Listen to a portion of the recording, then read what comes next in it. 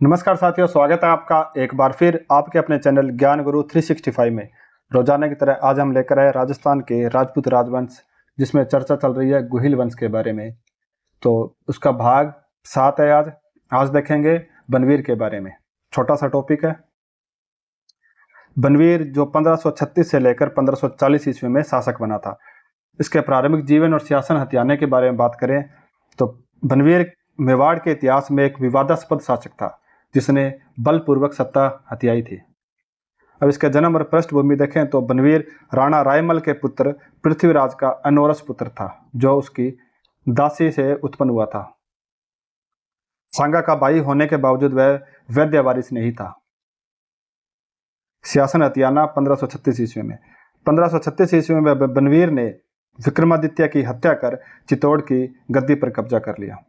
उसका यह कदम मेवाड़ के लिए एक अंधेरा अध्याय था, क्योंकि उसकी सत्ता को अवैध माना गया था। राजनीति और गठबंधन देखें तो बनवीर का शासनकाल आंतरिक अस्थिरता और विरोध से चिन्हित था। विरोध और अस्थिरता। बनवीर का शासन वैध नहीं माना गया, जिसके कारण मेवाड़ के जो सरदार थे उसके खिलाफ एकजुट हुए। उसने उदय सिंह को मारने का प्रयास किया। बनवीर ने उदय सिंह को मारने का प्रयास किया, जो मेवाड़ का वैद्य वारिस था। लेकिन यह प्रयास पन्नादाय के बलिदान के कारण विफल रहा। अगर गठबंधन की कमी क्या थी उसकी, बनवीर ने कोई उल्लेखनीय गठबंधन नहीं बनाया।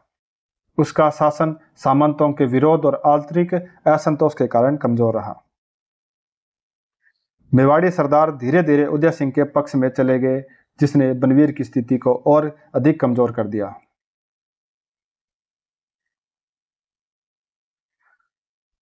अब बनवीर के युद्ध और सैन्य अभियान के बारे में देखें तो बनवीर का शासनकाल युद्धों से अधिक आंतरिक संघर्षों के लिए जाना जाता है।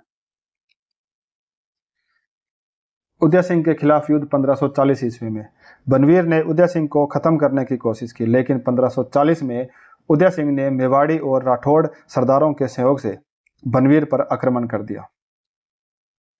इस युद्ध में बनवीर या तो मारा गया या भाग गया।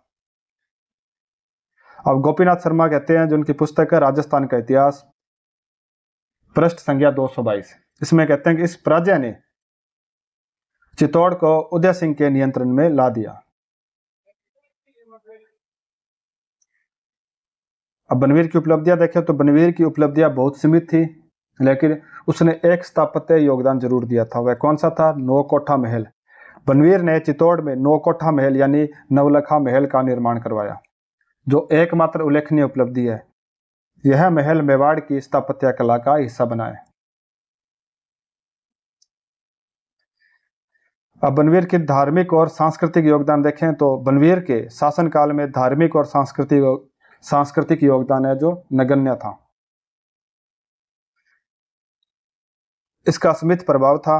बनवीर का शासन अलोकप्रिय और अस्थिर था, जिसके कारण उसने मेवाड़ की धार्मिक या सांस्कृतिक परंपराओं को बढ़ावा नहीं दिया।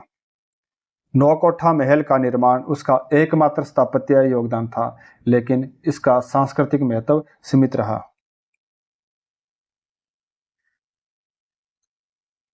इसके बाद बात करते हैं बनवीर की मृत्यु के बारे में। तो बनवीर का अंत अस्पष्ट और विवादास्पद रहा है।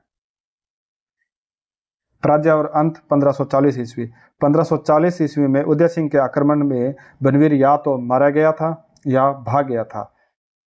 यह कोई स्पष्ट नहीं है इसका।